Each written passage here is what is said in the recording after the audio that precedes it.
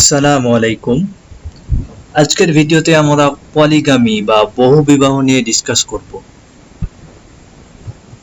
Muslim family lodge ordinance 1961 এর section 6 এ এই বহু বিবাহর বহু বিবাহর প্রক্রিয়া নিয়ে ডিসকাস করা হয়েছে। এই সেকশনে বলা হয়েছে কেউ যদি তার ওয়াইফ এক্সিস্ট থাকা অবস্থায় আরেকটি ম্যারেজের কন্ট্যাক্ট করতে চায়, তাহলে তাকে অবশ্যই আরবিট্রেশন কাউন্সিলের রিটেন পারমিশন লাগবে।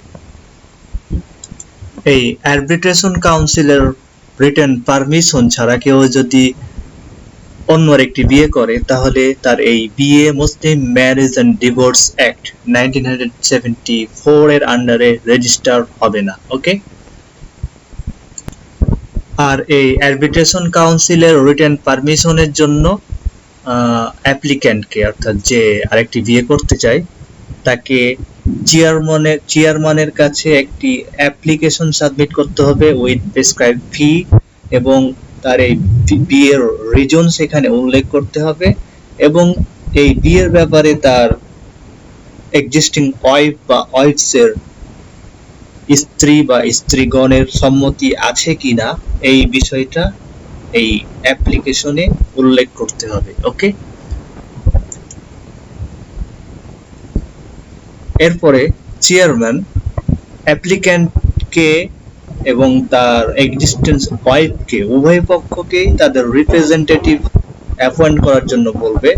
তারপরে এই চেয়ারম্যান এবং রিপ্রেজেন্টেটিভদের নিয়ে, ওয়াইফ এবং হাজবেন্ডের রিপ্রেজেন্টেটিভদের নিয়ে একটি আরবিট্রেশন কাউন্সিল গঠিত হবে। ওকে, তারপরে এই আরবিট্রেশন কাউন্সিল এটা ডিসাইড করবে যে আরেকটি যে ম্যারেজের কন্ট্যাক্ট করতে যাচ্ছে এটা জাস্ট কি জাস্ট না, এটার প্রয়োজন আছে কি না। যদি নেসেসারি মনে করে, তাহলে এই আরবিট্রেশন কাউন্সিল সেকেন্ড ম্যারেজের জন্য পারমিশন দিবে, রিটেন পারমিশন। ওকে,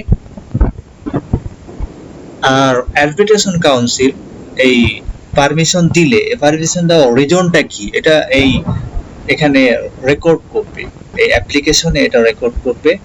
আর এই পারমিশন দেওয়া বা না দেওয়ার পরে যদি কোনো পক্ষের কোনো অভিযোগ থাকে এই ডিসিশনের ব্যাপারে, আরবিট্রেশন কাউন্সিলের ডিসিশনের ব্যাপারে কারো যদি অভিযোগ থাকে, তাহলে সে এটা অ্যাসিস্ট্যান্ট জাজের কাছে নির্দিষ্ট ফি পেমেন্টের মাধ্যমে নির্দিষ্ট টাইমের রিভিশনের জন্য অ্যাপ্লাই করবে। আর অ্যাসিস্ট্যান্ট জাজের যে ডিসিশন দিবে এই অ্যাপ্লিকেশনের পর, এই ডিসিশনটা ফাইনাল ডিসিশন। এরপরে এই ডিসিশনকে আর চ্যালেঞ্জ বা কোশ্চেন করা যাবে না। ওকে,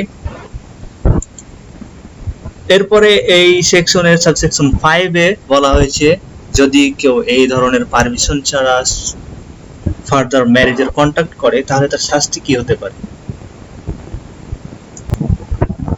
এই ধরনের বিয়ে করার সাথে সাথে, পারমিশন ছাড়া বিয়ে করার সাথে সাথেই সে যদি তার এক্সিস্টিং ওয়াইফ বা ওয়াইফসদের ডাওয়ার পেমেন্ট করে না থাকে, তাহলে এটা সাথে সাথেই তাকে পেমেন্ট করতে হবে। এটা প্রম্পট বা ডেফার যে কোনো টাইপেরই হোক না কেন। যদি না করে, তাহলে তার জমি থেকে বকেয়া হিসেবে, তার ল্যান্ড থেকে বকেয়া হিসেবে এটা আদায় করা হবে। ওকে, আর তার সাথে সাথে তাকে